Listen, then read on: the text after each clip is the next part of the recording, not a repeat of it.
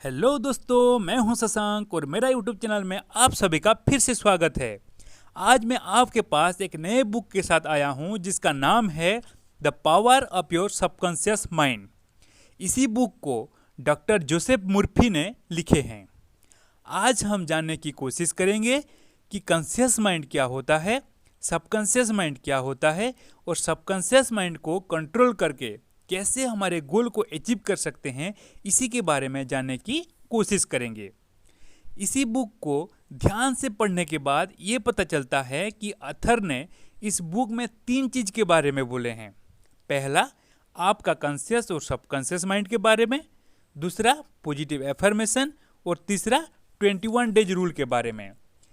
अब हम इसी 3 पॉइंट्स को इसी वीडियो में डिटेल्स के साथ डिस्कस करेंगे। पहला पॉइंट यानी कि कॉन्शियस और सबकॉन्शियस माइंड। ब्रेन का 2 हिस्सा होता है, एक है कॉन्शियस माइंड, दूसरा subconscious mind. Conscious mind logical है और अंडरस्टैंडिंग पर काम करता है। आपका कॉन्शियस माइंड आपके कंट्रोल में होता है। सबकॉन्शियस माइंड कंप्यूटर के कैच मेमोरी की तरह होता है। जो चीज़ आप रेगुलर बेसिस पे करते हो यानी कि हैबिचुअल वर्क, सारे के सारे सबकॉन्शियस माइंड से आते हैं। हमारे कॉन्शियस माइंड सिर्फ 10% डिसीजन लेता है और सबकॉन्शियस माइंड 90%। इसे थोड़ा एग्जाम्पल के साथ समझने की कोशिश करते हैं। मान लीजिए राम को सिगरेट पीने की आदत है और उसे वो छोड़ना चाहता है। तभी राम बोलता है कि आज से मैं सिगरेट पीना छोड़ दूंगा। ये डिसीजन राम ने कॉन्शियसली लिया, यानी कि अपना कॉन्शियस माइंड से डिसीजन लिया। कुछ देर के बाद राम के माइंड में ये चलता है कि चलो आज पी लेता हूँ, कल से छोड़ दूंगा। ये जो दोहरापन होता है माइंड में, ये आपका सबकॉन्शियस माइंड की वजह से होता है। अब आप ये सोच रहे होंगे कि अगर सबकॉन्शियस माइंड हमारे अच्छे के लिए काम करता है तो फिर राम को सिगरेट पीने के लिए क्यों बोल रहा है? क्योंकि हमारे सबकॉन्शियस माइंड हैबिचुअल चीज़ में काम करता है और राम का सिगरेट पीना एक हैबिट बन चुका था।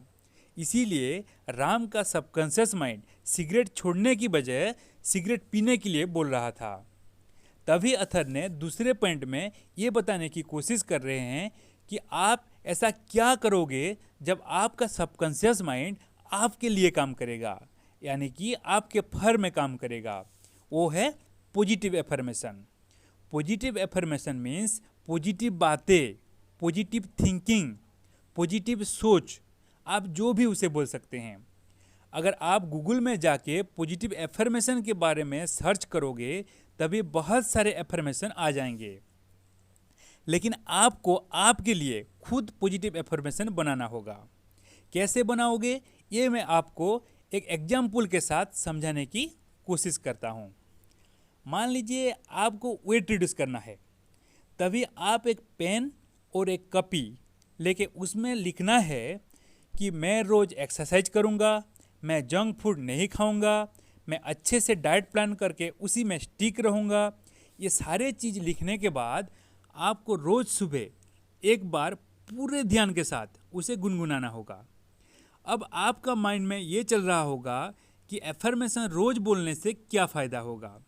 ज़रूर होगा।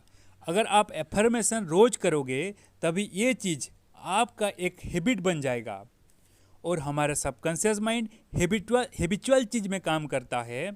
इसीलिए अगर हम रोज़ एफर्मेशन यानी कि पॉजिटिव थिंकिंग करेंगे तभी हमारे सबकॉन्शियस माइंड और कॉन्शियस माइंड एक साथ सेम डिसीजन लेना स्टार्ट कर देंगे।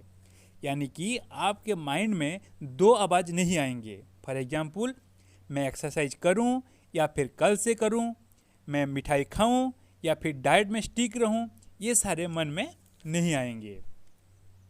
अब आता है एफर्मेशन को रेगुलर कैसे किया जाएगा। क्योंकि हम जब भी प्लान बनाते हैं किसी भी चीज़ को कंटिन्यू करने के लिए, तभी हम उसे 1 या 2 दिन करके उसके बाद उसे कंटिन्यू नहीं कर पाते। इसी चीज़ को सॉल्व करने के लिए अथर ने तीसरे पॉइंट में यानी कि 21 डेज रूल के बारे में बोल रखे हैं। आपने ज़रूर सुने होंगे, अगर आप किसी भी चीज़ को 21 डेज कंटिन्यूसली करोगे तभी वही चीज़ आपके लाइफ का एक पार्ट बन जाता है। यानी कि आपको सिर्फ 21 दिन एफर्मेशन को रेगुलरली करना होगा।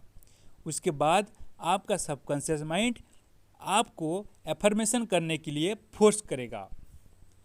21 डेज रूल के बारे में या फिर पॉजिटिव एफर्मेशन के बारे में आप गूगल या फिर यूट्यूब में भी सर्च कर सकते हैं। ये साइंटिफिकली प्रूव्ड है। दोस्तों, ये बुक आपको ओवरऑली ये बताने की कोशिश कर रहा है कि अगर आपको किसी भी बैड हैबिट को छोड़ना है या फिर किसी भी गुड हैबिट को बनाना है तो फिर आपको पॉजिटिव एफर्मेशन करना पड़ेगा। उसके बाद उसे बस रोज़ सुबह पूरे मन के साथ गुनगुनाना होगा। एफर्मेशन को हैबिचुअल बनाने के लिए आप 21 डेज रूल का भी मदद ले सकते हैं। आपको किसी भी मोटिवेशनल स्पीकर या फिर किसी ने भी आपको इतने डिटेल्स में नहीं बताएंगे। सिर्फ और सिर्फ बुक रीडिंग करने से आपको डिटेल्स में किसी भी चीज़ का जानकारी मिल सकता है। इसीलिए मैं हमेशा बोलता हूँ, पढ़ोगे तभी आगे बढ़ोगे।